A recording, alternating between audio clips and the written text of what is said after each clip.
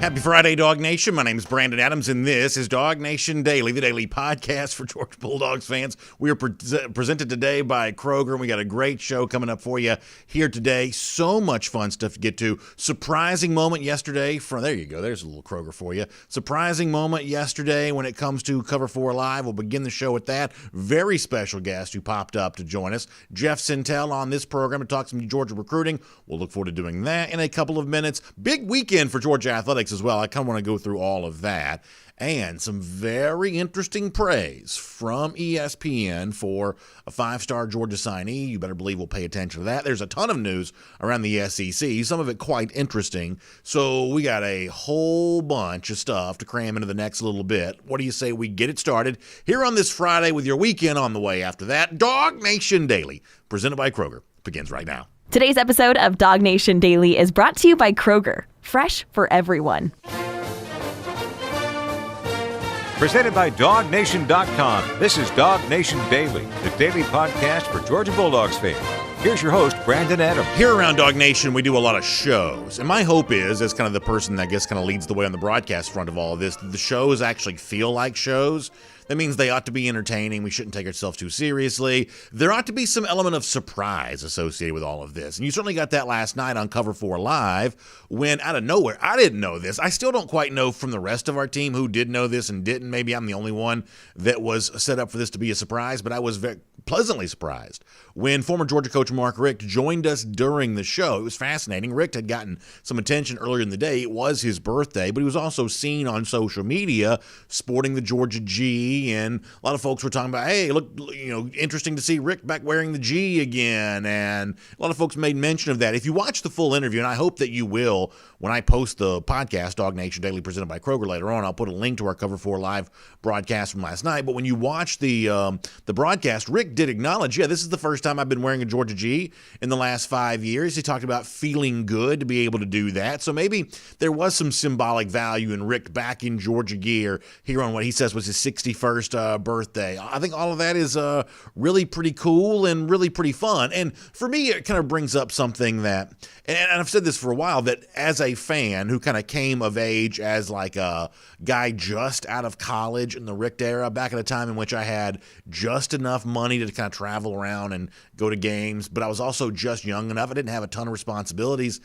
Boy, I got just so many great memories of Georgia football during that time, of the Richt era, during that time. Some of that kind of stuff is just really fun for me. And so when I think about Georgia football, as much as I'm enjoying the Kirby Smart era, and as much as I believe that Smart has Georgia on the precipice of maybe doing more than Georgia's done in an awful long time, that doesn't mean I have any less affection for the Mark Richt era. In fact, I think the Richt era ought to be appreciated. I think it ought to be celebrated. I think after, Richt's time of coaching at Georgia, 15 years, and now 5 years away from all of that, maybe he's ready to celebrate some of that kind of stuff again, which I think is really good. The Mark Richt tenure as Georgia's head coach is just a really important part of Georgia's football history. In fact, I got a chance to talk to Richt about that a little bit last night.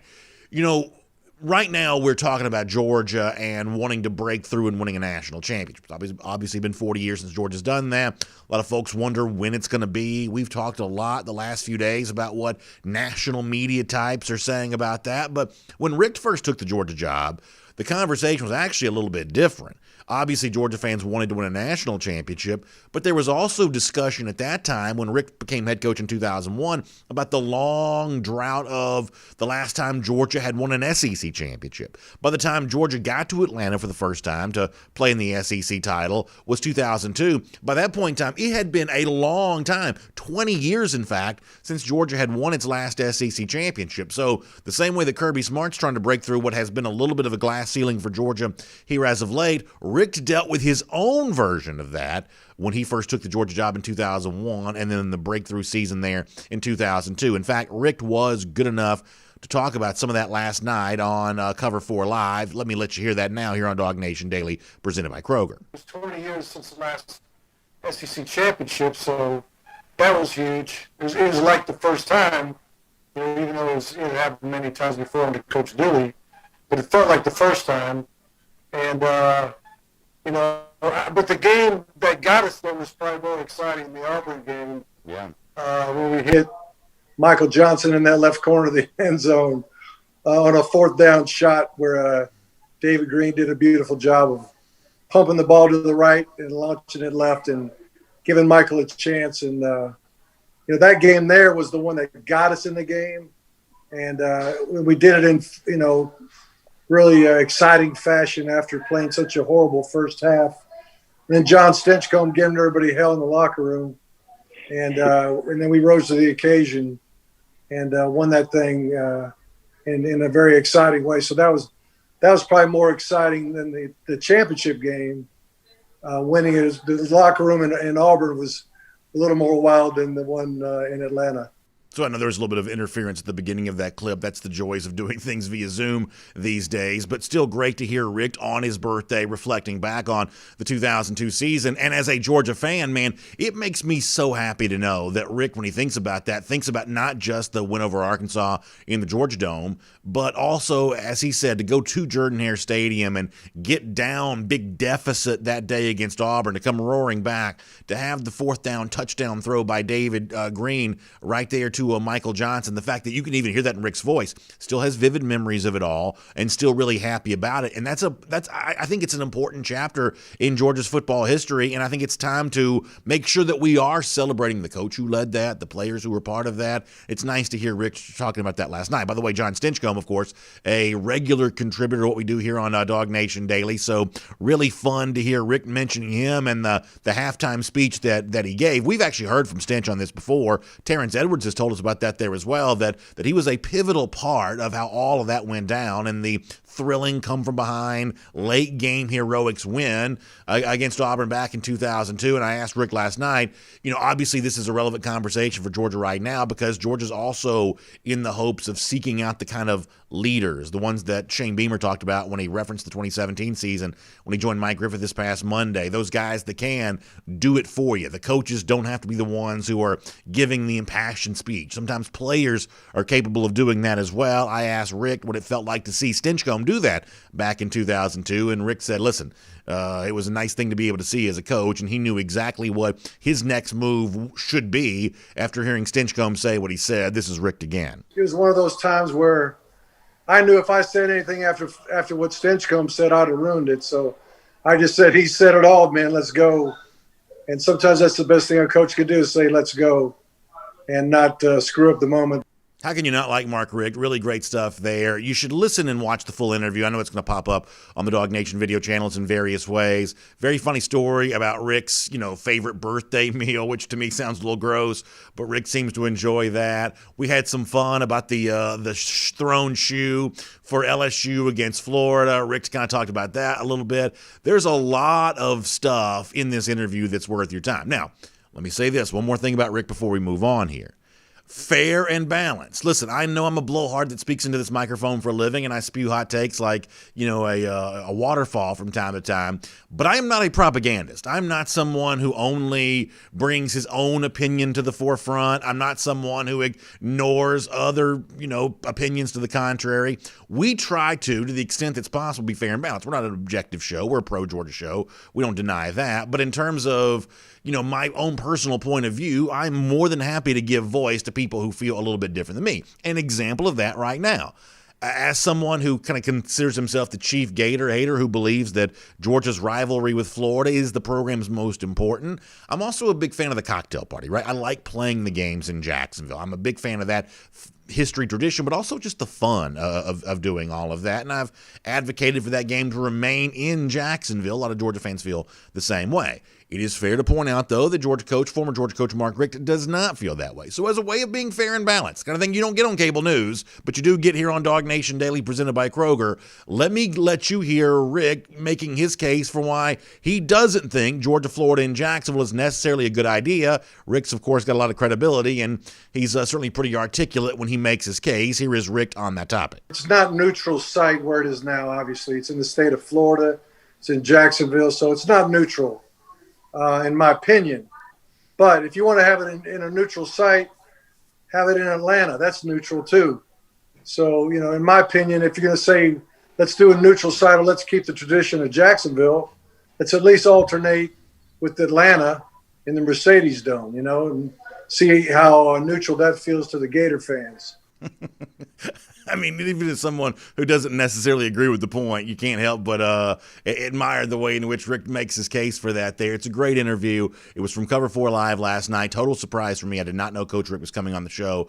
Good job by Mike Griffith for kind of setting that up. That was a ton of fun. Now, here on DawgNation Daily, presented by Kroger, let me kind of shift gears here and do something completely different for a moment. Yesterday, I talked about a story at ESPN.com about the top newcomer for each of the way too early top 25 teams, and I referenced Steve Sarkisian's departure to Alabama, his replacement Bill O'Brien as offensive coordinator. That was, in ESPN's mind, the top newcomer at Alabama. We kind of had our take on some of that, how it relates to Georgia, but the name from Georgia on that list was pretty interesting. It was the five-star linebacker SMAEL MONDON. Harry Laus Jr. was the writer who wrote this particular caption for ESPN.com, and he had some very good things to say about MONDON. Let me read you a couple of sentences here, then I want to talk about this.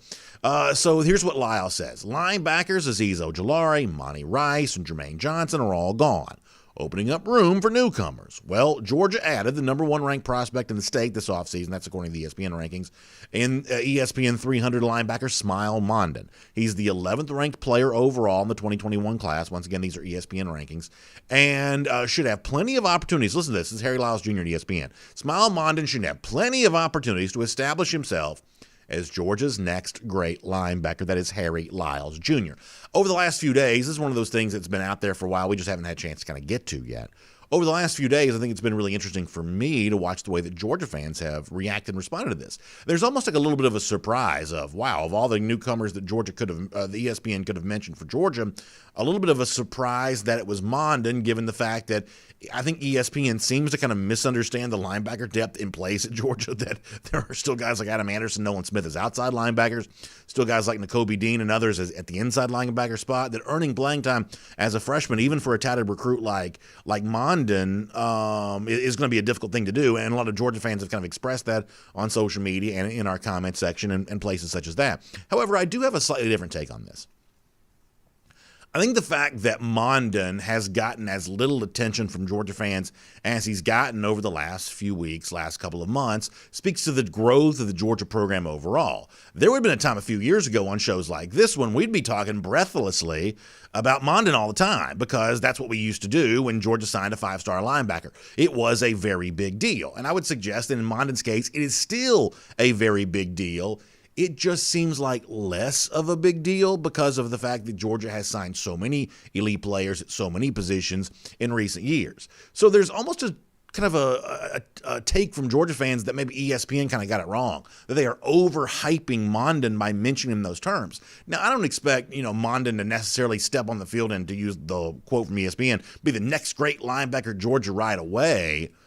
But man, I think MONDON's a pretty good prospect, and more than a pretty good prospect. I think he's an excellent prospect, the kind of guy who could have big things happen for him at Georgia. And it just shows the overall program depth with the Dogs right now, that someone like MONDON could ever become kind of out of sight, out of mind for Georgia fans, because UGA fans are paying more attention to the depth that already exists for the Dogs. Very interesting. A lot of Georgia fans think ESPN may have jumped the gun by touting MONDON in this way, but the truth is, when it's all said and done, maybe the worldwide leader isn't so wrong about MONDON after all.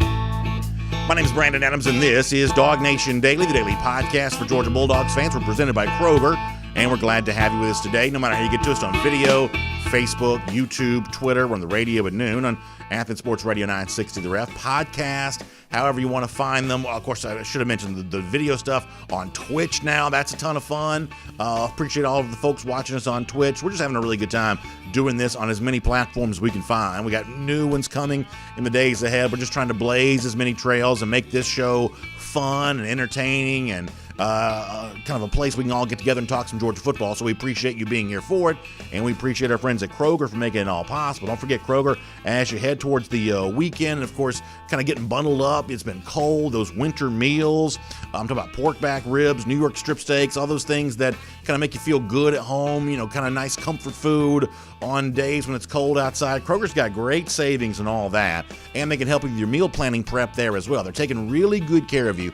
So find out more about that when you stop stop by and visit your local Kroger today. Really good stuff from our friends there. All right, coming up in just a couple of minutes, we got Jeff Sentell. Looking forward to doing a whole bunch with him. There's actually a lot of UGA recruiting news that Jeff's been covering on the site over the course of the last few days, and I can't wait to do all of that with him in just a moment. Before that, though, let me do a very quick version of Around the Doghouse here, and it is really interesting. We have got a lot of Georgia stuff kind of taking place this weekend, and I want to kind of get to some of that. I also want to briefly mention that we had a good story at DawgNation.com yesterday looking at the attendance situation for G-Day. Tickets will be $10. They've been free in the past. They are $10 right now. That money going to a charitable cause, and also who gets access to these tickets. This is worth seeing at DawgNation.com if you haven't done that already. So Hartman Fund donors who had the Vanderbilt game, but just the Vanderbilt game, and obviously they didn't get to go, they're going to get some sort of priority here. Folks who converted some of their balance towards the COVID UGA Athletics Fund, they're going to get some priority here. Obviously, McGill Society is in this mix. But it was kind of nice yesterday to hear some specifics on exactly who is going to get priority on these 20 to 25,000 G-Day tickets that will be available there. This is frankly too much for me to try to read all to you. You wouldn't understand it if I did. It's a lot to process. But check out the story at DawgNation.com. We do have some more specifics coming up about G-Day attendance. That is certainly worth paying attention to. Here's what else is worth paying attention to. I said this after the Georgia basketball win against Missouri, that my only wish when it comes to stuff like this is, can we just see teams like Georgia basketball and the other non-football teams in Georgia, can we just set up a scenario where they're playing games that matter? That's what's important to me. Obviously, eventually you'd love to go to the Final Four, cut down nets, things like that. But the first step towards that is, can you just play games that matter? And based on the way that Georgia's played as of late, winning 4 of the last 6, beating a ranked team earlier this week, the game against Florida on Saturday now matters. Now, will Georgia win it? Will they not? We'll find out.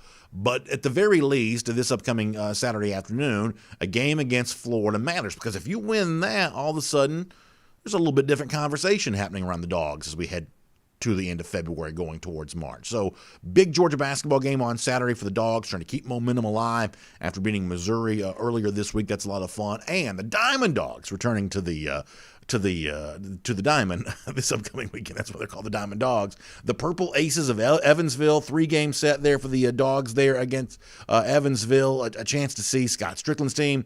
Obviously, so much frustration last year about the team that Georgia had that could have really competed for it all there in college baseball. That season was taken away the same way that all the rest of the spring sports were as well. So it's nice to see Georgia baseball getting back at it at Foley Field this weekend against Evansville, Georgia basketball against Florida. So kind of a fun weekend to think about a lot of that, and we'll call that around the Doghouse here today. Before we bring on Jeff Sentell, let me also give a big shout out to my friends at Marlowe's Tavern. Speaking of fun things coming up, Marlowe's Tavern's got that for you right now when it comes to their Bayou and Bourbon event. This is one of the great things that happens at Marlowe's Tavern. Of course, they're famous for their great craft cocktails, things like that, and that's obviously going to be going on during the Bayou and Bourbon event. But Chef John Metz is also really curated a great collection of unbelievable menu items that kind of celebrate the best of the Big Easy and the Mardi Gras season and all the stuff that goes along with that. If you're watching on video, you see some beautiful images of all of that. I'm talking about roasted chicken and shrimp gumbo, Gnarland-style po' boys,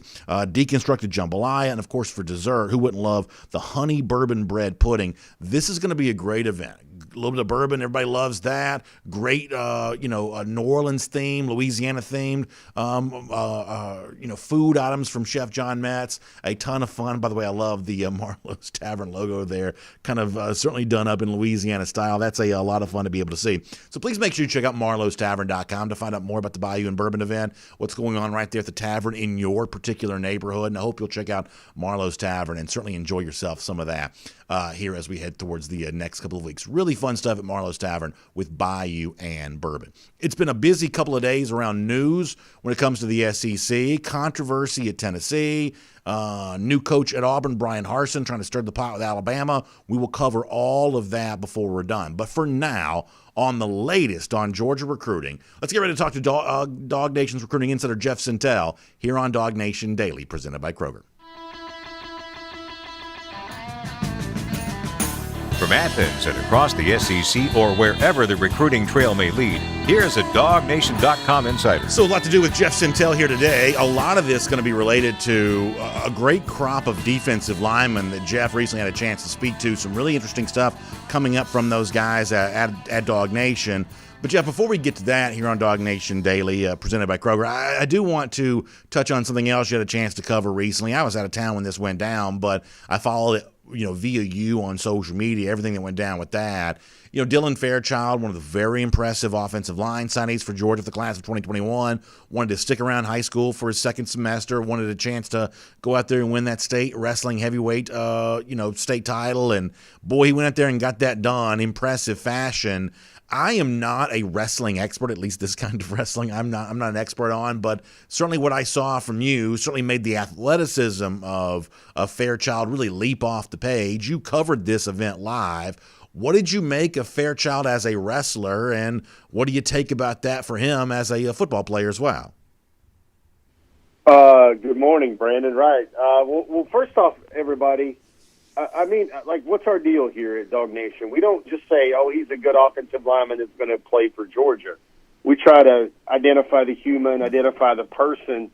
And for me, Brandon, I thought this, everybody can say, yeah, this is a slow time, nothing's going on. Well, that just depends on how hard you want to look. Because, for me, the Dylan Fairchild story was like a breath of fresh air. And I'm not just talking about, wrestling theatrics, Brandon, like moves like the cement mixer and the straitjacket and the alligator roll and the bulldog. And it was like kind of like a whole new world that opened up. But I don't know any other way to describe it. But you can't dream up a script, a scenario, a resume for a Georgia offensive lineman to do any better in their second sport, which would be wrestling. Leverage, angles, so important for offensive linemen at the next level. But the way he did it, Brendan, like for me, and I know I'm going to be preaching to one of your favorite topics in the world to talk about. But Dylan Fairchild went Dylan Flairchild. Did you see the blow and the kiss? Did you see how he smiled while he was pinning the dude? Somewhere Vince McMahon has gotten video of this, and he's filing that guy away for circa 2030 or something like that about he'd love to see him with WWE Entertainment. Like we said, these guys are people, and they're real people, and I've really enjoyed following Dylan Fairchild for all the reasons besides the fact that he's an All-American football player and the number 2 guard in the country on 24/7 Sports and a top 50 player. Brandon, the jaw-jacking stat is Dylan Fairchild doesn't go into the second period. Everybody says we made it to state 6 minutes at a time. Well, that's bull malarkey with Dylan Fairchild because he makes it to state about 42 seconds at a time. And even a sport, especially the heavyweight division, where these guys paw at each other like big bears usually for the first 30 seconds of every match. But Dylan Fairchild, I think he worked probably 2 minutes and 20 seconds through the whole entire state tournament. 21-0, 21 pins. He has won almost 70 matches over the past 2 seasons. All of them pins. It's just devastating. Well, what it kind of brings to mind for me is, and I'm watching some of the video right now, maybe there was a time in which offensive linemen weren't considered, and I don't mean to say this disparagingly, but, athletes, right? But if there was ever a time in which that was true, that's not true anymore. These are obviously big athletes, but the athletic component of this is a big part of playing offensive line right now. You see Fairchild wrestling, you don't see a lot of extra weight. Obviously, he'll be adding muscle, and the same way every other player does when he goes on to college. But this is not a young man who's out of shape. This is a young man who's in tremendous physical condition and has leverage and the ability to move around. He's dexterous, I guess is the word I'm looking for here. It's really kind of interesting the way in which the athletic profile of SEC level offensive linemen has kind of grown. There was a time, Jeff, when the athletic big guy was definitely a defensive lineman, but because the SEC defensive linemen are getting more and more athletic, all of a sudden you've got to have that athletic component on the offensive line side now, and Fairchild is clearly, he's a big guy, but he's a big athlete. He's more than just a mountain of a man. Brennan, it's funny. I was asked to describe to somebody and like a fifth grader, or I think someone said like a fifth grade Georgia fan would be able to understand it, because they don't know cement mixer and they don't know the grabs and the counters and the pulls that Dylan does. But man, Dylan basically is the Herschel Walker of high school wrestlers. You remember those cartoons we saw in the 80s where it was like there's a freight train on the other side of the line of scrimmage, and then there's a defense going on. Well, all we got to do to beat Georgia is stop Herschel Walker. And that's the defense kind of looking at that fake freight train from the other side of the ball. Well, that's Dylan Fairchild. Like the majority of these pins, he all does the same thing. He's either going to grab you or you're going to run away from him, and you got to figure out how you react to that grab. And he knows how to do it. He's got countermeasures for both of those ways. I mean, it is, everybody's like it's the same rinse, wash, repeat script for Dylan Fairchild, how he just annihilates these guys all the time. And Brandon, I've got one story I want to share. It hasn't showed up in our coverage yet, so maybe your audience will get a little treat today. I was talking to Dylan Fairchild recently about his decision. You know how he made it. He's kind of been counseling like Oscar Delp about when you have to be there, you have to feel it. Well, he's kind of looked at his decision now with foresight, and he was like, let me think for a minute. He said, I was considering South Carolina, coaching change. What if I would have signed there? I was considering Tennessee, coaching change. What if I would have signed there? I was considering Auburn, coaching change. What if I would have signed there? So he looks at it now with all the foresight in the world, and the decision he made to go with the dominant Georgia program, the Georgia program that's standing out, that's robust and full of strength. All that made sense to him now when he looks back on his decision, because if he would have went any one of those other feelings, he would have been wondering about his situation, or maybe kind of in the case of when Cody Brown at Parkview High School this week, he was released from his scholarship at Tennessee. And then Dylan told me one other thing. He was like looking through his stuff. He was looking through his room. I don't know if he was cleaning or whatever, and he found a letter that he wrote to himself in the 5th grade. I think he was in the 5th grade, or maybe he was 5 years old, but he said, I want to be the Georgia Bulldog. Georgia Bulldogs is where I want to go play football. That's the spot for me. It would be a dream to be able to play for Georgia. And that's Dylan Fairchild, the 285-pounder who shed 20 pounds to wrestle in the Georgia 7A heavyweight division. He's hearing from the vestiges of Dylan Fairchild way back in 5, 6, 7, 8 years of age, and him telling him that's what he needed to do all along. And that's why he couldn't, all these many reasons why, Matt Luke, that's all the many reasons why this guy was born to be a Bulldog, and he's going to be a darn good one. So I want to shift gears, talk the other side of the ball here for a moment. You had a chance to be a part of a great event our buddy Chuck Smith, the pass rush specialist, put on for some terrific, defensive line prospects, front seven prospects recently. And I love the story you had with Tyree West, the Georgia commit, who – and, Jeff, stuff like this really works on me. West really touting what he thinks this defensive line class is going to look like for Georgia in 2022. It's obviously already, got himself and Bear Alexander in it, so they're off to a great start. But West really calling for more. That's a lot of fun. And taking a step further, I love this. Him taking like the personal responsibility for making sure the rest of these guys, whether it be Mikael Williams or whoever else, ends up in this class. I'm going to paraphrase here. I don't have the exact quote in front of me, but saying it's basically on me, West says, to make sure these guys end up here. That's the kind of fun sort of, touting for your fellow classmates, things like that has really become kind of a hallmark of Georgia recruiting. I love those quotes from West. That was a really, really fun look at what's really only a couple of weeks away in some cases for some of these big names set to make their decision. I really love the way that Tyree West is already kind of fanning the flames for a lot of that. Brendan, I think he kind of acts the way that you would if somebody did one of those Tom Hanks or Jennifer Garner movies where you swap minds with the brains. And this is the thing about Tyree. Man, he cuts through all the conjecture of normal recruiting coverage. He goes, I remember when I talked to him, I don't know, maybe it was last October, and he was literally like, man, I'm really feeling Georgia probably going to commit in December. Georgia's the school. Nobody has this feeling at Georgia. It's about time for me to commit to Georgia, and I'll probably do it in December. I mean, that's kind of what it was. What it was. And now that he's a committed guy, he's like, he cuts through all that. Well, I want to let him set his top 5, or I want to let him get his visits first. I mean, he is very outward and forward about, we need this guy, facts, you need to be here. Where else are you going to have a better situation with Big Bear and me? And who are they going to double on the defensive line? And you come along, and you need to be here too. And, I mean, this class is great. And he's like, you're from Georgia. You need to stay at Georgia. Who else is going to be better? Where are you going to be better than you will be at Georgia? I mean, this is a guy that, I mean, maybe that's that down south Georgia boy that don't have any time for any foolishness, but that's certainly Tyree West on the recruiting trail. Yeah, it's a lot of fun to see, and obviously one of the names that he's paying attention to is Mikael Williams, who coming up in March is getting ready to make his decision. You know, you and I have talked a good bit lately, whether it be Cover 4 Live last night, whatever else, but the extension of the dead period, that obviously impacted Williams, but now that it's going to continue, it sounds like he's just ready to go out and make it known, and it seems like Georgia's in a pretty good place here for Williams, as good as you can be, ahead of a choice for him that's really not too long from now.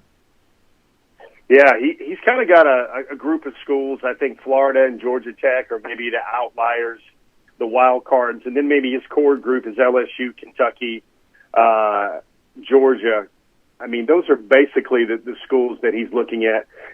He likes Kentucky a lot. He got to visit Kentucky before the pandemic hit, and that was really his first really only visit. I mean, Brandon, even these elite 2022s, I mean, Mikael Williams is a top 50 overall prospect. I think he's going to be a 5-star likely, or a near 5-star when all's said and done. He's an All-American, and he really hasn't been on all the recruiting visits most might expect. You know, he's always fancied Southern Cal. Kentucky is the dark horse. There's LSU, there's Georgia. Maybe there's Florida and Georgia Tech also in there a little bit, but this is a guy I think that could play the edge, could play a 5 technique, could play a defensive end, 6'5" and change, 260 plus, very athletic, and we saw with all those videos the get off challenge there. The other thing with Mikael and Tyree and Kristen Miller, these guys are all really linked. They love being around together. They love working out together. Now, I don't know whether the 2021 pandemic recruiting cycle was the death blows for all package deal talks, but all I know is those 3 young men, maybe there's a different mojo when it's 3 guys and not 2 guys, but all I know is those 3 young men love one another. They love competing against one another, and they want to play together in college. And that fella Tyree West talks to them all the time about Georgia, about playing for Georgia. He basically makes that a constant soundbite whenever he's around those 2. How did Kentucky get involved with Williams? It's not like they don't recruit fairly well. I mean, but it's normally like a Florida or an Ohio where they seem to slip in there and kind of get involved with a prospect kind of above their weight class. What's the connection between Williams and Kentucky? Well, Brendan, it's kind of like, let me use a metaphor that's pretty clear in your mind. What if the only amusement park you'd ever been to was the one at the county fair in Hall County growing up? Sure. Well, Trust me, Jeff. I was at that Hall County Fair. I was at that Hall County Fair plenty of times growing up. That was about as good as it got for a young man with a very barren social calendar back in the mid '80s. I mean, the cotton candy there probably never tasted any sweeter, but you didn't know anything about the Avatar ride or the Rise of the Resistance that was maybe in this palatial place called Clark County, but. But it's kind of funny, Brandon. His only really recruiting visit was to Kentucky. So he got to see all their helmets, and he got to do a little bit of a photo shoot, and he got, the golf cart treatment and whisked around campus. And when you have that and you don't know what else is out there, I mean, really his only experiences with Georgia is he went to 2 games last year. And, Brandon, I know we all bemoan and cry that the UABs, the Charleston Southerns, the Murray States, well, one of the endearing moments for Mikael Williams in his connection and his recruitment and his interest in Georgia was, of all things, the Murray State game. So the next time you're in there thinking, the next time you're in a stadium thinking, these boosters and the McGill societies and the BA society donors all have $150 invested in every one of the tickets before the face value comes around, and it's maybe $20 on the street. You got to remember, there's a recruit in there, maybe a potential 5-star in there that's thinking, man, this is the coolest thing I've ever seen. It's even cooler than the Hall County State Fair, the Hall County Fair that's coming twice a year. that's the reason. Brendan, this is kind of like a layer of things. It's kind of a new subculture here. When you haven't taken many visits and you got to visit in before the world changed, somehow those are remembered quite fondly. And that's what Mikael Williams is really going off on right now. You wonder how a school like Southern California can have some of those memories, or a school like LSU can have some of those memories, when all of this is still really, it's really kind of foreign and unknown to him about, the things that, we used to take for granted, like a 5-star visiting Athens and saying, I'll be back soon. You remember those stories that used to dominate the headlines or whatever, or Sure. those visit lists for weekends or whatever? It's going to be at least 15 months before those return, and when you don't have that, the recruits kind of tend to cling to what they did have that resembled anything like that, including a Murray State game. Yeah, it makes a ton of sense, actually. I mean, all of that makes absolute perfect sense, given the way the world has kind of evolved here over the course of the last year. Let me do one more very quick thing before we let you go. Another big name you had a chance to write about, another very impressive guy there on these defensive fronts would be CHRISTEN Miller, a guy that you mentioned a little bit before. Obviously, his faith is paramount for him. He talked about that in your story there at DawgNation.com. He's also looking at an April decision date. What would you say the current relationship is between Georgia and Miller? I think it's a very strong relationship. Miller's just a joyous dude, Brandon. I think he would be one of the few recruits I meet that you sit there and you go, if this kid's 5'8" and he's 150 pounds and was a wrestler or was a champion FFA member or scientist, whatever you want to say, in the high school experience, you'd be impressed by him because he just has a joy.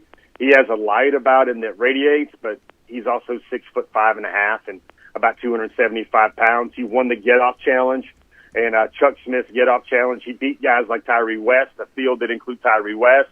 It includes Mikael Williams. It included a couple of guys that are already on their way to smaller colleges across the Southeast, lots of up-and-comers. And when you have a guy that has that ability to get off that ball so quick, Christian's very talented. He could play an offensive tackle. He could be an offensive tackle prospect. Same thing with Mikael Williams if they really put their mind to it. Those guys want to hunt on the defensive line, and that's their mindset. And, Christian's a very purposeful, faith-based person. He grew up in a Christian home, and he really wasn't the devout kid. He kind of had to find his own walk to connect to the same faith that his family members have, and that's why he's deciding to make his commitment date on Easter, because he wants to do that to honor the resurrection of Jesus Christ. So, for him, when you ask him that question about, how does this dead period extension affect you, Christian is very, very prayerful and very grounded. He's like, it's not going to affect my decision. I was going to make my decision before the dead period wall was supposed to come up anyway. So it's really not going to affect him at all. He's made his decision. He's at peace with his decision, and he told me he's going to let the coaching staff know on Easter to let him know that he's locked in. But, man, all of a sudden, I don't know what you would do, Brandon, if you get to June and you don't have a whole lot of defensive line targets to talk about in the Georgia recruiting class, because potentially you could be quite fed and quite happy with a lot of the names that are showing up there on the board for 2022 committed recruits for the Georgia Bulldogs. Yeah, listen, Jeff, I love what Georgia's doing at this position group right now, and I think it's a ton of fun. I already like what's in the fold for the class of 2022. The other names that we just mentioned I think are, they're fun to think about. So I got nothing but good things to say about how all of this is going here at the moment. And obviously, March and April become months certainly worth watching when it comes to all of this kind of stuff. Jeff, thank you so much for being here on DawgNation Daily, presented by Kroger here today. I appreciate you sharing some thoughts on this. Hope you have a great weekend. We'll look forward to reading a bunch of stuff from you there at DawgNation.com, and, of course, talking to you very soon here again as well. Hey, man, Brandon, always love being on the show. Everybody have a great weekend and stay safe, everybody. You too, Jeff. Thank you. Let's take a look around the rest of the league. This is SEC Through. So I do think it's excellent stuff. First of all, we love our buddy Chuck Smith, the former Atlanta Falcon, who, a lot like Terrence Edwards, does some great, work coaching up wide receivers, things like that. Chuck does that kind of stuff with front seven guys, pass rush guys. Chuck is very, very passionate about discussing the pass rush topic, so it was fun that he had the big event Invited Jeff there to be a part of that. Great to see a lot of those young men from the class of 2022 really showing what they're all about, and we just appreciate the work that we're lucky here in this kind of Atlanta area, state of Georgia, where we do the show from. There are a bunch of guys really, from great football backgrounds kind of pouring their lives into the next generation of football player. And the one thing I hope that that I take very seriously is Georgia can't get all of these guys, all the guys that work with Terrence or Chuck or any of those people. But I don't care about that. I mean, I just like football, right? I mean, I want football players to have a chance. One of the reasons why we kind of come down hard in instances where we feel like, hey, maybe the NCAA is not being as fair as it could be to players, things like that. I want players to have opportunities. I want players to have, the chance to get as good as they can, play at the highest level they're able to. So I appreciate the coaches like our buddy Chuck Smith, who's kind of doing a lot of that kind of stuff. A lot to do for our SEC through. We'll do it here in a moment. Before that, though, let me remind you about a great getaway that exists just 2 hours from Atlanta. I'm talking about Harris Cherokee Casino Resort. You can go to the original property, Harris Cherokee Casino Resort, or the Harris Cherokee Valley River. Reimagine gaming floor that takes social distancing very seriously.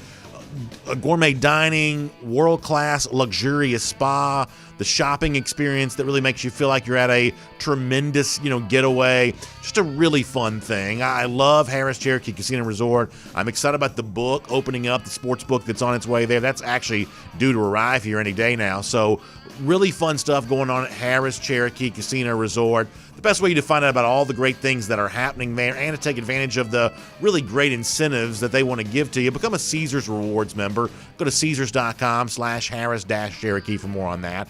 That's Caesars.com/Harris-Cherokee. All right, SEC through time here. So Brian Harsin, the new Auburn coach, was interviewed by Dennis Dodd from CBS Sports. And in the midst of the interview, Harsin talking about his rival, Nick Saban, Alabama, and he calls him the school up north. Now, I guess come to find out that Tuscaloosa is not actually north of Auburn. I didn't know this. When I drive to Auburn, it feels like I'm going south of Tuscaloosa. I guess maybe Tuscaloosa is more west of Auburn. That Cecil Hurt, longtime columnist for the Tuscaloosa News, put out on Twitter that if you look at is it latitude or longitude? The latitude that determines how north you are. That Tuscaloosa is only like just a hair north of Auburn. So Brian Harsin already geographically challenged. That's what you get when you hire an Idaho native to come down here to the South. He doesn't exactly have his north-south thing figured out on all that. But the bigger deal for me is on Harsin saying our rival is the school up north. This has been done so many times. And if Harsin thinks that this, decaffeinated jab is what's going to earn him any favor with Auburn fans against Alabama, I think Harsin's just grossly mistaken here. I think he's going to be cruising for a bruising if he thinks this is the kind of stuff that's going to work. First of all, my audience doesn't like Gus Malzahn, but it's fair to point out Malzahn actually beat Saban 3 times. So Harsin's got his work cut out for him even in this rivalry as it is, and calling him the school up north, no matter where they are geographically, ain't going to cut it. I mean, a few years ago, we had Lane Kiffin essentially calling the NCAA on Urban Meyer from a stage with a bunch of Tennessee fans cheering as he did it. We had Ed Orgeron just last year attaching a stern expletive to the famous Roll Tide Alabama chant. That's what coaches in this league do when it comes to their rivals. They don't we're not going to say their name. That's been done 1,000 different places.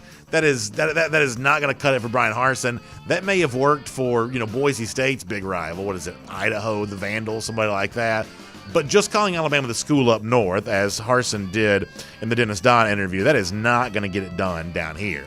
By the way, speaking of Auburn, though, there is controversy in Knoxville. This is one of those things I feel like it's stories like this that ought to get to more attention. This doesn't involve Georgia at all. I've got no dog in this fight whatsoever, but fair is fair.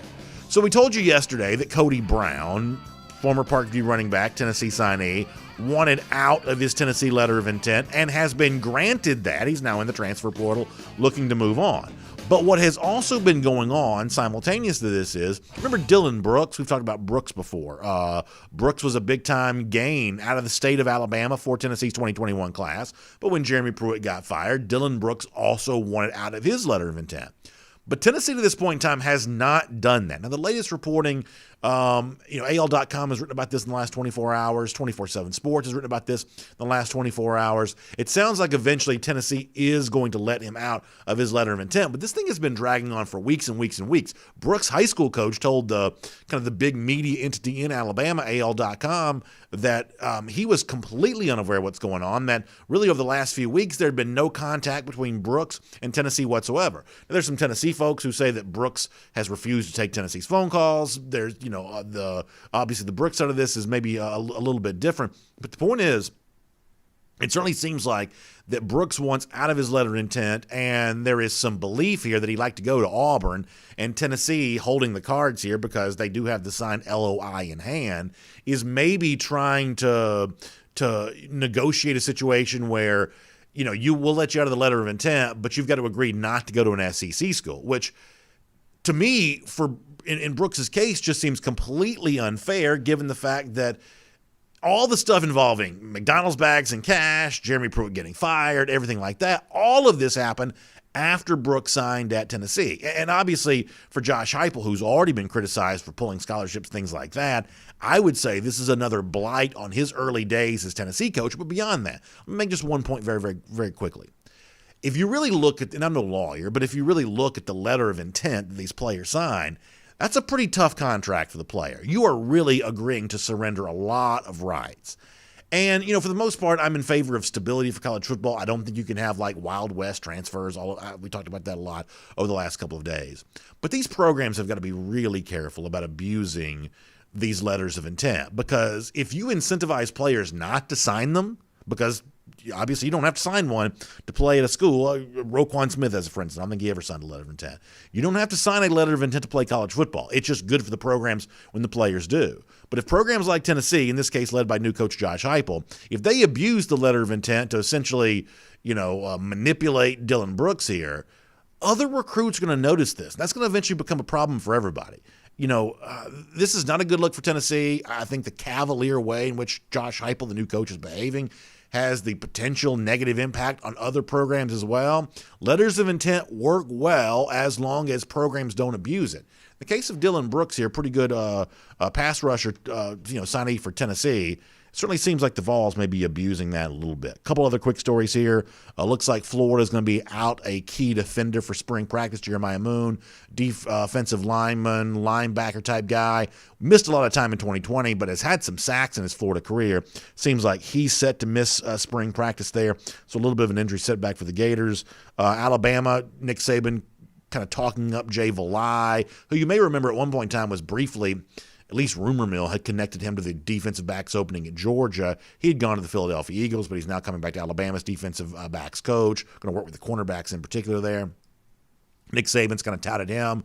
Honestly, Valai seems like a really good coach. I am very happy with what Georgia hired with its own guy there in Jamal Adai. So one of the names that at one point in time you thought might be in the mix for Georgia, now at Alabama. Bama's appeared to have made a pretty good hire here, but frankly, I think Georgia made a pretty good hire too. And just as a quick follow-up before we finish our SEC through, we talked yesterday about the NCAA's decision to extend the dead period for recruiting. Coaches not able to travel and visit, players not able to come to programs and visit. Ross Bjork, who's always a fairly outspoken athletic director at Texas A&M, has certainly spoken out pretty heavily against the extension of this dead period. I think most athletic directors, at least in the SEC, are going to probably agree. Here is the statement from Bjork. He says, "This is very disappointing.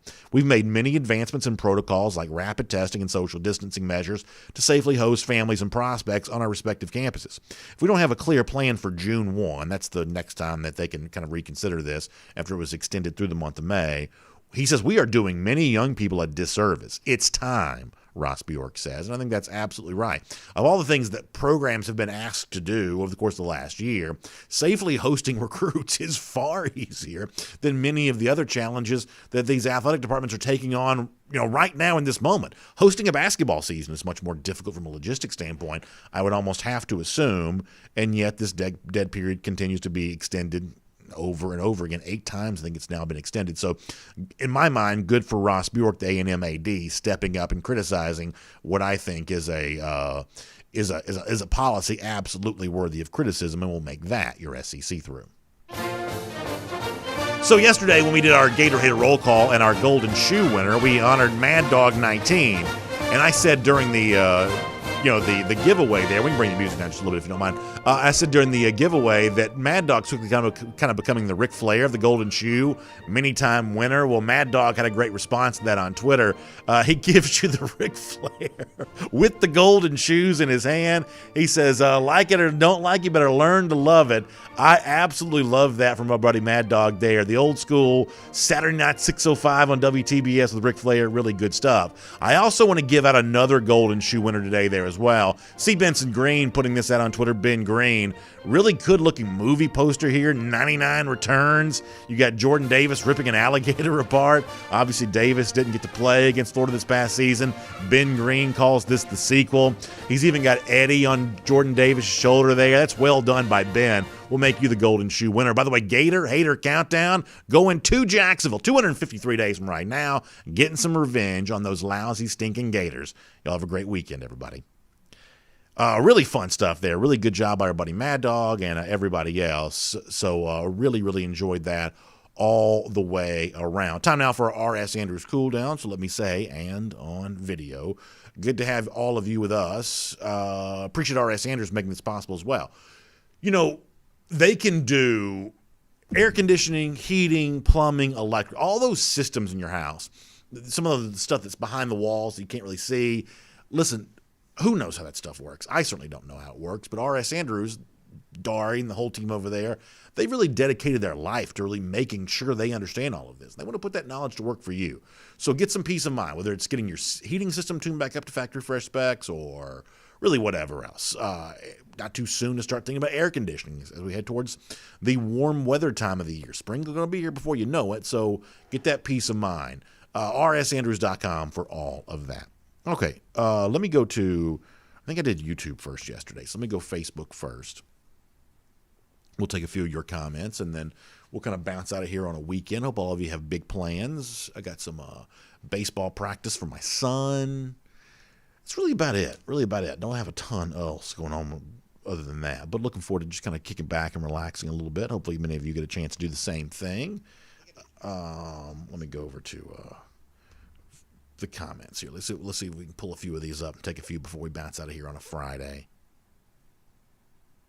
Glenn Edmonds asked a great question. Where do we submit our golden shoes? Just hit me up on Twitter at DawgNation Daily. That's usually where people kind of communicate with me, at DawgNation Daily. That's my Twitter handle. So if you'll send those there, I'll make sure I get a chance to see those. Michael Webb says SEC's got 99 problems and they're all Jordan Davis. I like the idea of that. I like the idea of that for sure.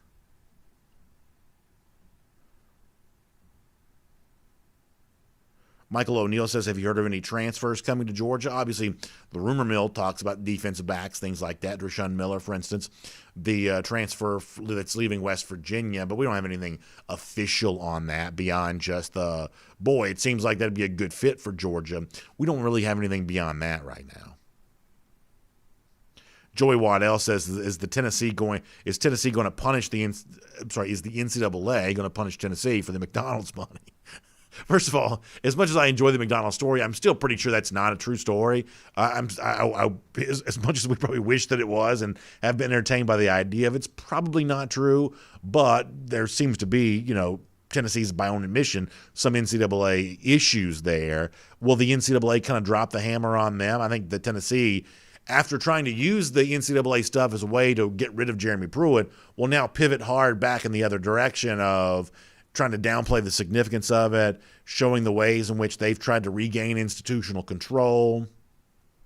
And this thing will probably drag out forever, and we'll probably never really get any kind of real, resolution on that.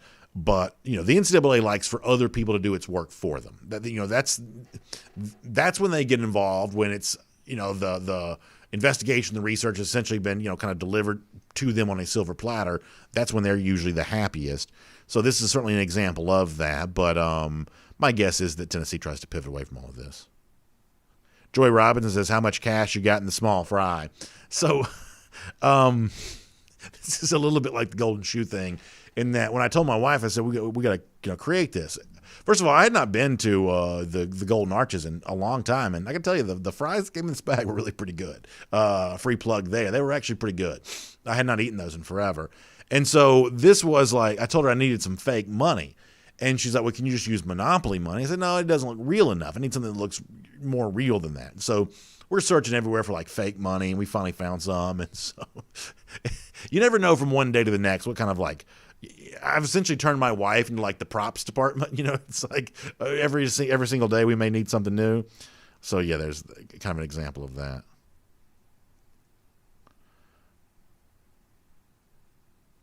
Travis McCullough says Mad Dog is killing it. Yeah. So there's a few things that are going to go like straight to my, veins or whatever. That 6:05 Saturday night thing on WTBS back in the day with Tony Schiavone, who's obviously still around Georgia football, and, the great TBS, like the very small studio they recorded this in. I mean, it really wasn't much bigger than where we do the show from right now. And you drive by, 75, 85. It's kind of some of the Cartoon Network stuff now, but that building is still there where they used to record the show at. And so I used to live for that. Braves baseball coming on after that in many cases, but 6:05 Saturday nights WTBS, and so to see Flair standing there with the WTBS background holding up the golden shoes, Mad Dog I think knows me well enough to know that that's going to really work on me for sure. Let's see what else. Hugh Nash says they're still snowed in up there in Nashville. Yeah, certainly we have people that watch and listen to us all over the place. Certainly prayers to all of you who are dealing with the winter weather situation. But if it is nice enough, where you are to get out and enjoy some of it, my kids were really hoping to have some snow here before it's all said and done. We may or may not get that here in the state of Georgia, but we'll see. That guy says that Mullen's going to be a no-name assistant in the NFL in a year or two. Pretty strong take by that guy. You love that.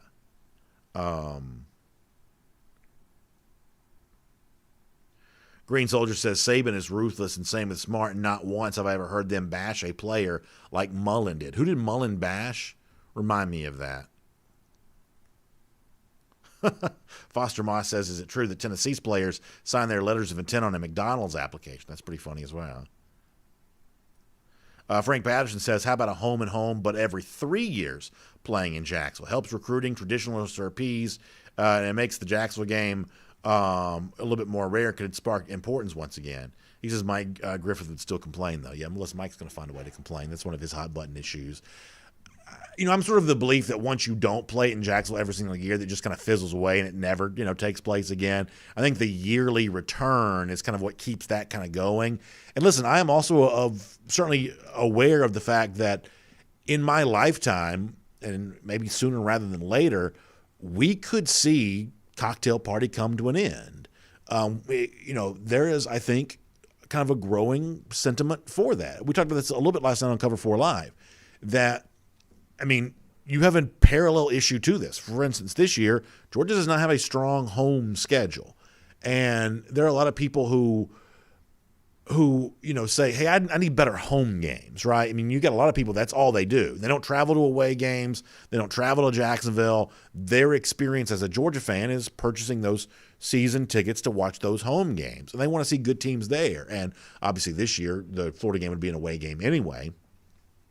But they do want to see better games in Athens. And so there could be just a little bit of pressure eventually where you can't play the game in Jacksonville anymore. Right now it's a lot of money, and it's also something that I think a lot of people still really enjoy. And I am certainly of the belief on that. Some things it's okay to do them just because they're fun.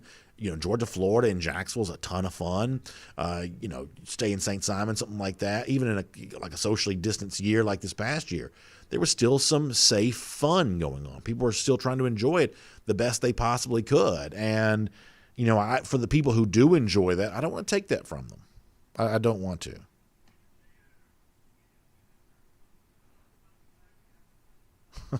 West Georgia Dog fan, by the way, has already got a catchphrase for Dylan Fairchild if he moves on to AEW or WWE. I'd like that. I would enjoy that. He says, life isn't fair, child. I like that. I wonder if Dylan would ever be down with that. That guy says, is it raining in Georgia today? I'm so tired of the cold and rain. Boy, it has been a rough stretch of weather. There's no question about that. No question about that. Jay Shipe says, thoughts on A&M going from 4th in the country in 2020 to 4th in the SEC West in 2021 with losses to Bama, LSU, Ole Miss, and Missouri. That's not going to happen. I'm just telling you right now. This comment section has been guilty of underrating A&M for forever. Now, do they beat Alabama? I don't know about that yet, but don't give me Ole Miss in comparison to Texas A&M, Jay. I just can't go there with you. Obviously, Missouri as well. I think A&M's still really good in 2021. How good? I'm gonna hold off, and I'm still in the process of trying to figure all that out. But this is a physical team now. This Jimbo Fisher's kind of bringing that SEC style of play to A&M, running the ball better, good offensive line, bringing back some key pieces on defense.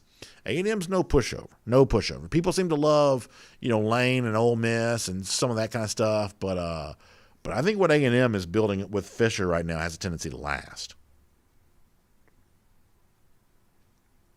West Georgia Dog fan says Tony Schiavone still working there for AEW. Yeah.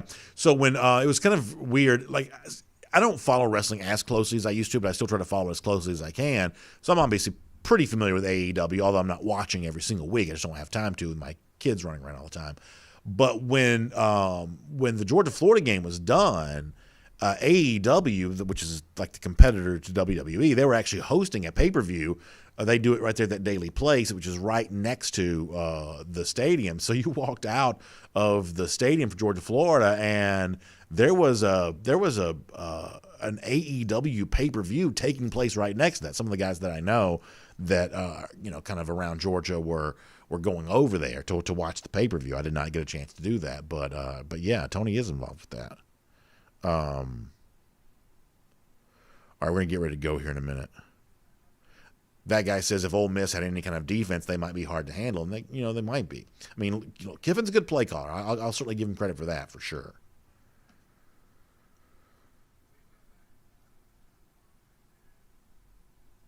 Colin and Susan Richter says what people feel to realize about Georgia, Florida is if it's a home and home, and when it's at Florida, you only get about 6,000 tickets. That's probably about right.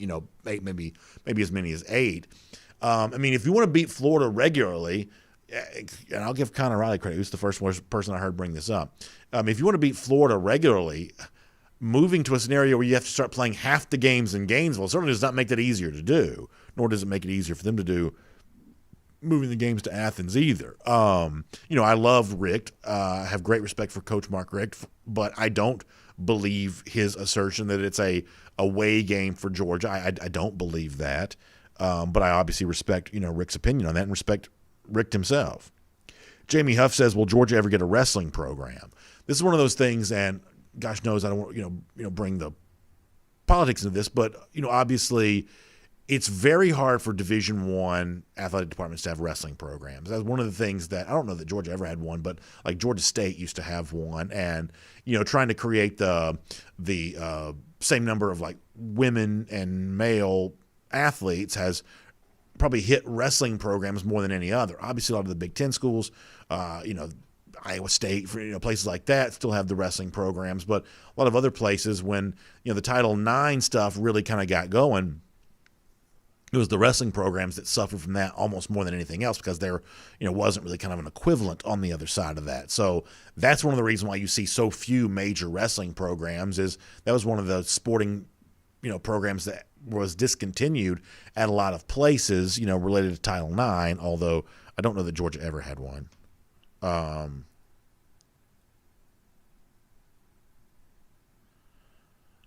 Matt Rukavina, I'm glad to hear you kind of doing okay. I know you're out there in Houston. What a tough time that's been. What a tough time that has been. Let me do one or two more and get ready to go. Tim Tatum says we have hockey. It's a club sport at Georgia. The Ice Dogs, I believe they're called. But I've seen like the sweaters and stuff before. It's really kind of cool. I would say that if you ever get a chance to watch like real competitive college hockey, it's actually really fun.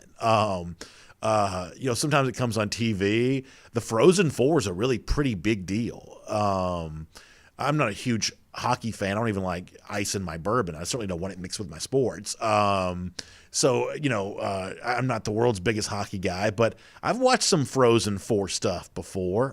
It's actually kind of fun. Actually pretty fun. I was also one night at a Thrashers game, And after the game was over with, there was a exhibition game between Georgia and Georgia Tech. And neither one of these schools have NCAA sanctioned hockey teams. But there was an exhibition match between the two programs. Both schools brought their pet bands. This was actually really, really fun. It was a ton of fun. A lot of trash talk in the rink, from various factions. This is 1,000 years ago, but I still remember it. It was really fun.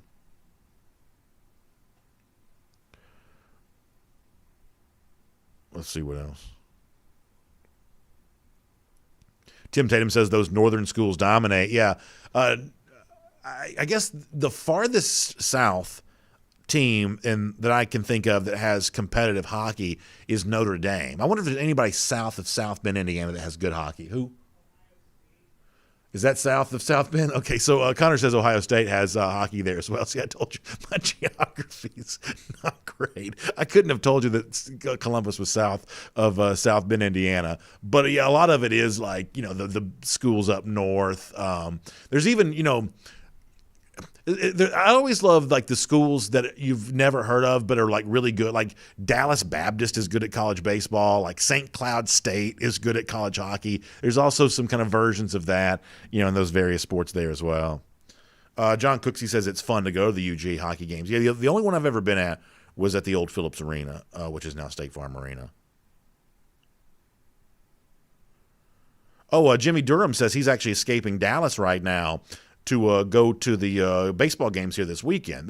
First of all, Jimmy, I'm excited about the Diamond Dogs. Can't wait for a fun season. That's a fun team to follow. It really has become. First of all, this is probably the deepest the SEC has ever been. It's going to be an amazing year in the SEC. Tough for Georgia, to be completely honest with you. Their schedule's pretty tough, to be frank. Obviously maybe not quite as deep as they were a year ago, but it's going to be a ton of fun, and I hope you have a great time, and I'm happy to hear that you're able to escape Texas. And obviously, Athens is a slightly different choice than maybe some of the others who've escaped Texas here as of late, but I'm really happy to have you coming back. Yes, sir. I actually have a correction. All right. Arizona State has a Division I hockey team. Do they really? They are an independent, but they are an NCAA Division I hockey team. Shout out to Sparky for fielding a competitive hockey team. I wonder what the story behind that is. I wonder how they got that. The Phoenix Coyotes have had a really hard time generating consistent interest, and so I wonder if they let Arizona State probably use their rink there in Phoenix. And have you ever watched Frozen Four level hockey? It's good. It's good stuff. It's pretty entertaining. Yeah. I mean, honestly, it's a lot of Big Ten teams have hockey teams, and so that's pretty fun stuff. All right, I promise we're getting ready to go here. Robert Barnes thinks that colleges should start having battle bots teams. I think it's a pretty good idea there as well. Pretty good. Yeah, Hugh Nash, Connor bringing the info.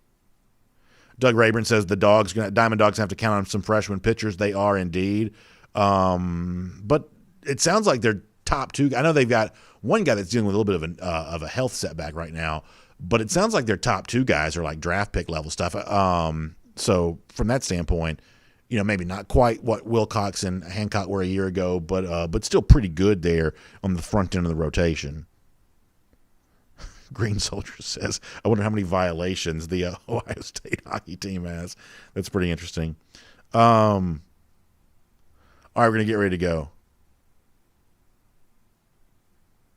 Jay Shipe says the entry point cost for hockey is expensive for a lot of Southern kids. Yeah, I mean, it is. I would say that the youth hockey stuff around the Atlanta area has grown, pretty significantly. Atlanta's just such a big city now that you kind of find everything. But it is a tough. There's a huge barrier to play. Expensive equipment. You're learning how to skate competitively is not an easy thing to do either. Richard D says, have there been any more names of possible players reclassifying to get into the 2021 class? No, Kirby Smart brought that up the other day, and I haven't heard word one about that since then. I really don't know what that was even in reference to, but maybe we find out about that at some point in time. All right, we're going to go for now. Really appreciate you being here on DawgNation Daily, presented by Kroger today. Hope you will also check out what's going on at the AJC. Atlanta News Now at AJC.com. This is definitely some interesting stuff. First of all, the Falcons yesterday had to make a couple of roster decisions. getting rid of a couple key contributors. So you had some of that going on yesterday with the Falcons, Braves pitchers and catchers. Fun to see all that taking shape. You can continue to check out all of that. Also, exclusive story from the AJC involving something going on around the local government there in Lilburn up there in Gwinnett County. Find out more about that online, Atlanta News Now, AJC.com. NBA All-Star Game is definitely coming to Atlanta, although not the festivities that you kind of typically associate with that. A very stripped-down version of this, essentially made for TV event, but it will be here in Atlanta in early March. Get all the details about that. Atlanta News Now at AJC.com. And as I said before, please check out my friends at R.S. Andrews online, rsandrews.com. Air conditioning, heating, plumbing, electric needs. If your water heater goes out, in many cases, R.S. Andrews can replace it for you the same day. But you need to find them online at rsandrews.com. Have a great, great weekend. Hope you enjoy it. Thanks for being here on DawgNation Daily, presented by Kroger. I will see you back here on Monday. Talk to you then, everybody. For more DawgNation videos, check out youtube.com/DawgNation.